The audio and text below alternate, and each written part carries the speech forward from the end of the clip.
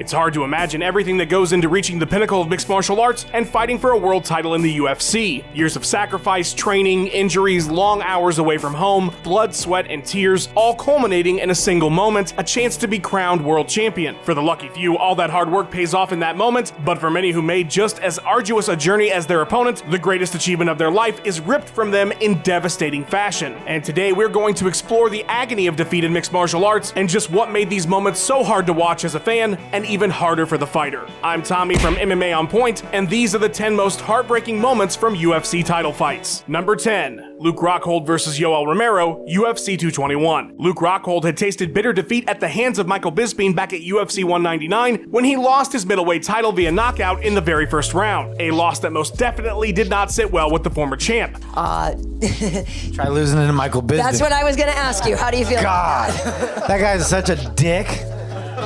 And while he would never get another chance at Bisping, 2 years later he would be back at the top of the division and competing for an interim middleweight title against Yoel Romero at UFC 221. Now, Romero missed weight, so he was ineligible, but Rockhold could win the title and had every intention to regain his position as the world's best until he was stopped cold in the third round by two monster left hands. The knockout itself was more than devastating enough, but the insult to injury was the man who had just taken everything from him immediately trying to have a lengthy post-fight conversation with Rockhold and offering him kisses and hugs of condolence. And while fighters embracing after a bout is commonplace, you can tell that Rockhold wants nothing to do with it, but Romero is simply not reading the signs. This of course sparked endless jokes and memes on social media, piling on top of the loss. To finally get back into position to regain the title 2 years after losing it, only to be KO'd again brutally, then have that whole post-fight exchange, which is probably sent to him endlessly on social media, was no doubt a devastating career low for the former middleweight champion, and whether you like him or not, you can't help but feel a bit bad for him in that moment. Number 9. Junior Dos Santos vs. Cain Velasquez, UFC 155. Junior Dos Santos appears to be the nicest human being on the planet, besides the fact that he beats people into unconsciousness on a regular basis. JDS is also a fighter that fans would never say has not given his all in a fight. There are no 70% performances by Junior Dos Santos, and such was the case in his brutal decision loss to Cain Velasquez at UFC 155. Dos Santos had captured the heavyweight title in spectacular fashion at UFC on Fox 1 when he KO'd Velasquez in just over a minute. The rematch would take place more than a year later, but after taking massive damage in the first round, JDS merely survived the 25-minute ordeal, losing on the judges' scorecards 44-50, 43-50, and 45-50. Despite leaving it all in the cage and having his face absolutely battered in the process, the Las Vegas crowd inexplicably began to boo loudly when Dos Santos was approached by Joe Rogan for a post-fight interview. Prompting a confused and hurt JDS to ask why the fans were booing him. Why are you guys doing that? Why? He fought his heart out, ladies and gentlemen. How about some love for Junior Dos Santos? JDS had just lost the world championship in brutal fashion. He's always respectful. He always puts on a show for the fans. He's a true embodiment of what mixed martial arts is about, and for all that effort and for being an exemplary figure in the sport, he was met with a booing crowd after his most devastating loss. Dos Santos laughed it off because he's a good-natured guy, but that moment really had to sting. Number 8. Kat Zingano vs. Ronda Rousey, UFC 184. Losses within the first minute or so have to be some of the most devastating in all of MMA. While a long, hard-fought decision loss must feel like hell because you gave everything you had only to come up short, a quick loss leaves fighters wondering what in the world just happened and feeling as if they didn't even get their chance. That after years and years of struggling to get to the top, everything had been taken from them before they could really do anything about it. And not only that, but in this business, getting to the top more than once is certainly not a guarantee. Such was the case for Kat Zingano in her 14-second loss to Ronda Rousey at UFC 184. Zingano was unbeaten going into the bantamweight title bout, having just defeated Amanda Nunes in her previous fight. Rousey, of course, was on the tail end of her unbeaten run, amassing 10 wins with 10 stoppages in 10 pro fights. It was believed at the time that Zingano would be Rousey's toughest test, but after rushing the champion to start the fight, a quick scramble saw Zingano get caught in an armbar, and that was it. 14 seconds, and the culmination of Zingano's life's work ended in defeat. It's hard to think of a more devastating way to lose, and you could hear the anguish and bewilderment in Zingano's post-fight interview with Joe Rogan. It's honestly a tough interview to watch. I want to do it again. Fuck. And more so knowing that Kat still has not had her chance to redeem that moment in a title fight. Number 7. Ronda Rousey versus Amanda Nunes, UFC 207. Ronda Rousey reached heights that probably only Conor McGregor can understand when it comes to notoriety outside the MMA bubble. When she lost her title to Holly Holm at UFC 193, the likes of Lady Gaga and future President Donald Trump weighed in on Twitter. The loss was very difficult for the former champ, as she tearfully explained to Ellen DeGeneres 10 months before her comeback fight. After a long layoff and speculation as to whether she would return to fighting at all, Ronda Rousey would take on then bantamweight champion Amanda Nunes at UFC 207. In the years since her loss to Holm, there were questions as to whether Ronda was in fact the dominant fighter she was presented as, and this entire event was built around the fact that the biggest star in the sport was coming back to prove everyone wrong. All eyes were on Rousey, and all the pressure in the world to regain her unbeaten mystique came with it. Instead of proving her doubters wrong, though, Rousey was absolutely dominated in a display of vastly superior striking by Amanda Nunes. Lighting up the former champion with big shots, Herb Dean was forced to jump in as Ronda was out on her feet after just 48 seconds. Afterwards, Rousey stood motionless where the fight ended, stunned, in what would be her final MMA bout. With a second one-sided loss, Rousey would face even more ridicule, and you could see the weight of it all on her face as she stood there trying to process everything. And while Rousey is a divisive figure, we can all relate to a time where we failed to meet expectations. It's just that we usually don't have a camera thrust in our face while it's happening. Number 6. Joe Stevenson versus BJ Penn, UFC 80. The raw emotion that comes after a loss at the highest level is at times shielded from our eyes either by the UFC production team or the fighters themselves, who often have an incredible ability to keep their composure until they're behind closed doors. So when we get a glimpse into just how devastating these losses can be, it sticks with you. And there may be no more iconic an example of that than Joe Stevenson in his fight for the vacant lightweight title with BJ Penn at UFC 80. After receiving a massive cut that bled about as bad as you'll see in MMA and being battered for several minutes from top position, Stevenson was forced to submit to a rear naked choke. Covered in blood and absolutely destroyed at the loss of a world title, the photograph of Stevenson on his knees crying out is one of the best ever captured in all of sports, and literally says everything that needs to be said about just how emotional and difficult it is for a fighter to work their whole life only to come up short. In the broadcast itself, Stevenson can be seen several times displaying his emotions after the loss, but the photos captured right after the moment before anyone else came into the cage and before he was worked on by medical staff is as raw as it gets, and will forever be one of the embodiments of just how heartbreaking it is to lose a title bout in a sport where losing doesn't just mean someone scored more points than you.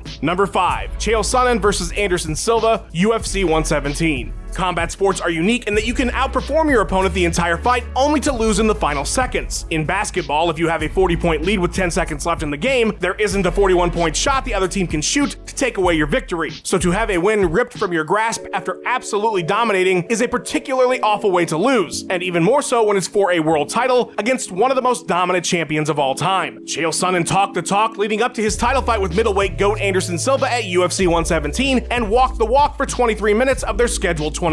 Sonnen easily had 4 rounds won on the scorecards and was 110 seconds away from being crowned world champion when he was forced to tap to a triangle choke. If the first stage of grief is denial, Sonnen went through it instantly after the fight, claiming not to have tapped. The bad guy is not one to ever seem rattled or fazed by anything or anyone, but the utter shock on his face in the minutes after the loss are undeniable. It's one of the greatest comebacks in sports history, and it happened to him. Sonnen, ever the wordsmith, expressed how hard the loss was best at the post-fight press conference, so I'll just leave the rest of this entry to the bad guy. It's devastating. I can't sugarcoat it. My heart's broken. I came in with a silver medal. I wrestled for a world championship. I came in second. I fought in the WEC for a world championship. I came in second. Now I fought in the UFC. And again, I'm a runner-up, and it hurts really bad. I just can't put it any other way. Number 4. Anderson Silva versus Chris Weidman, UFC 168. From arguably the highest high in Anderson Silva's career to one of the lowest lows. After a 2,427-day run as the middleweight champion, Anderson Silva would be defeated by Chris Weidman at UFC 162 in July of 2013. The second-round KO shocked the sports world, so of course the UFC was eager to run that big money rematch back. Less than 6 months later, the two would meet again at UFC 168, but things would go horribly wrong for the Spider. After a rough first round, Silva would attempt a leg kick about a minute into the second that would completely snap his leg in half, horrifying the live audience. Silva immediately hit the ground and was screaming out in agony. It's an image seared into the minds of anyone who's witnessed it. You just can't help but feel horrible in that moment for everyone involved, especially Anderson Silva, of course. Nobody wants to win a fight via an injury, and nobody wants anyone to go through a lengthy rehabilitation process that comes with breaking a bone that badly. It felt like all parties involved were robbed of a conclusion, and sadly they will never get it as the two have not met again in the cage, and even if they did, the landscape at middleweight is vastly different now.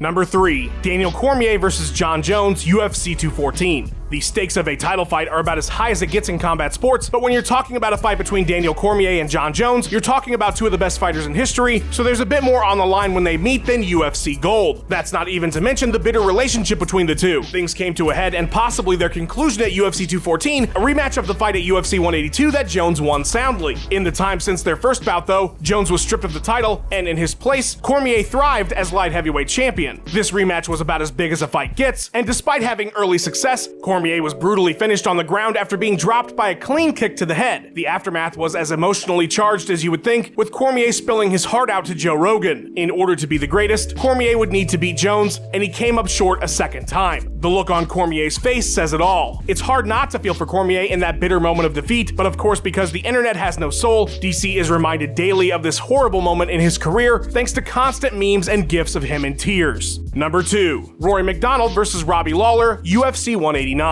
In combat sports, a loss does not just mean an L on a fighter's record. Real damage can be inflicted in mixed martial arts, and the embodiment of being broken during a fight is Rory McDonald in his rematch with Robbie Lawler at UFC 189. The bout is considered one of the greatest of all time, and it was an absolute bloodbath, with both fighters putting everything they had into this welterweight title fight. Going into the 5th round, McDonald's face was completely destroyed, and despite needing only to survive the 5th without being finished to likely win the title, Rory's body literally could not take any more punishment. He had given everything and collapsed onto the mat a minute into the final round. He was not knocked out, he simply could not give any more than he already had. The fans in attendance and everyone watching at home were greatly appreciative of the incredible fight, and both men were praised for their performances, but it is impossible to watch this footage of Rory trying to sit up after the fight and not feel absolutely heartbroken for someone who gave everything they had and came up short. It's a brutal reminder just how real this sport is and how insane it can be sometimes. Don't get too sad though. McDonald, ever the absolute madman, told Ariel Helwani that the fight was an amazing experience he will remember for the rest of his life. Long live the Red King. Number 1. Jose Aldo versus Conor McGregor, UFC 194. It would not be a controversial take to say that Jose Aldo does not like Conor McGregor. Aldo was the king of featherweight from 2009 to 2015, and there was not a man alive that could beat him, although 10 tried. During his long reign though, a young Irish star would emerge in McGregor and start putting the pressure of his popularity on Aldo. After defeating Dennis Seaver in early 2015, McGregor was named #1 contender, and due to his massive fan base, the UFC would do a world tour with the two fighters. Aldo would endure ear beating after ear beating at every stop. That July, the talking would be over and the fight would finally take place. Unfortunately for Aldo though, 2 weeks before the fight he suffered an injury, so McGregor fought and defeated Chad Mendes for the interim featherweight title, putting even more pressure on Aldo. This also meant more media obligations, more confrontations with McGregor, and more waiting to get his hands on him. Nearly half a year later, the two finally met at UFC 194, and after all the buildup, after all the animosity, 2 full training camps of giving everything he had in preparation to defeat the loudest of mouths, Aldo would be knocked out cold in just 13 seconds. The greatest featherweight of all time had his title ripped from him faster than you can successfully microwave a hot dog. The world Aldo woke up to was a literal nightmare. From his place on the canvas, he could look up and see McGregor on the cage wall making it rain and flipping off the crowd, knowing everything he had ever worked for was just taken from him in an instant by the one person he did not want taking it from him. You need only watch Aldo's corner's reaction to realize just how emotionally charged this fight was. Adding even more salt to the wound, Aldo has never had a chance to run this fight back with McGregor and likely never will. The former champ kept as much composure as anyone could while in the cage after the bout, but in footage from the backstage area, you can see just how heartbreaking this moment really was for Jose Aldo and his team. Thanks for watching. Please give us a like and subscribe. We've got 3 new videos or more for you every single week. Let us know in the comments below. You can find MJ, our editor for this video, at Tom J. Moore on Twitter, follow On Point MMA on Twitter, and have yourself a wonderful day. It's not as easy as some of the big stars in MMA like Conor McGregor, Daniel Cormier, and Chael Sonnen make it look. Just ask Colby Covington. Sure, everybody can think of a clever line after the fact, or maybe you had a pre-written line that you thought was funny, but to be in the middle of an extended war of words while maintaining the level of trash talk that fans have come to expect due to the amount of smooth talkers in the sport these days, that's no easy task.